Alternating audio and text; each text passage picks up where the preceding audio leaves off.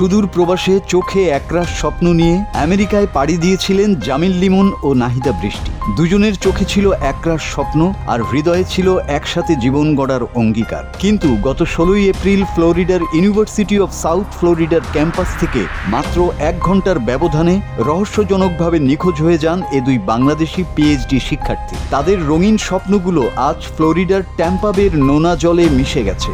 গতকাল শুক্রবার সকালে হাওয়ার্ড ফ্র্যাঙ্কলিন ব্রিজের উপর থেকে যখন 27 বছর বয়সী ওই মেধাবী তরুণের নিথর দেহ উদ্ধার করা হয়, তখন যেন থমকে গেছে পুরো বাংলাদেশি কমিউনিটি।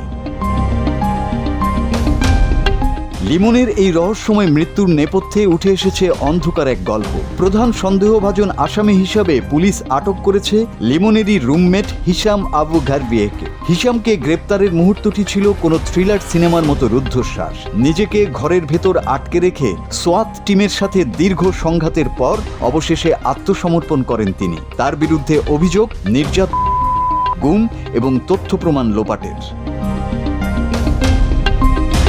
কিন্তু প্রশ্ন থেকে যায়, কেন একজন মেধাবী সহপাঠীর প্রতি এমন হিংস্রতা? পুলিশ রেকর্ড বলছে হিশামের সহিংস আচরণের ইতিহাস পুরনো। নিজের পরিবারের উপর হামলার অভিযোগও ছিল তার বিরুদ্ধে। অথচ লিমনের পরিবার জানত না হাসিখুশি লিমনের পাশের রুমেই বাস করছে এক চরম অস্থিরতা। লিমনের নিথর দেহ পাওয়া গেলেও এখনও হাহাকার হয়ে আছেন নাহিদা বৃষ্টি। 16 এপ্রিল সকালে ক্যাম্পাসের সেই পরিচিত ভবনটির সামনে তাকে শেষবার দেখা গিয়েছিল। তারপর থেকে বৃষ্টি যেন মিলিয়ে গেছেন কুয়াশায়। লিমন ও বৃষ্টির মধ্যে এই গ্রীষ্মেই দেশে ফেরার কথা ছিল বিয়ের কথা ছিল, দুজনেই বিয়ে করবেন। কিন্তু আজ একজন শুয়ে আছেন মর্গে আর অন্যজন নিখোঁজ।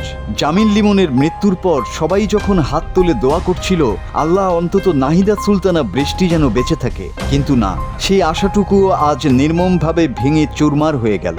নাহিদা সুলতানা বৃষ্টিও আর নেই।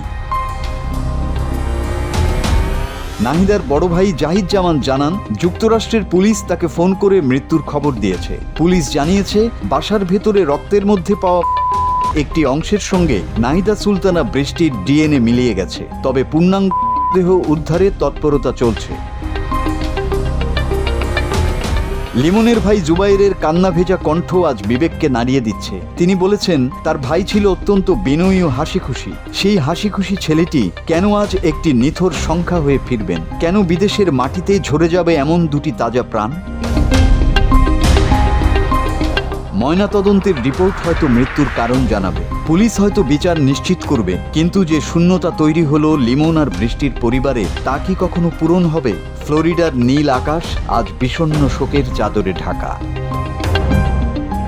মাসুদ হাসান, বাংলা টিভি।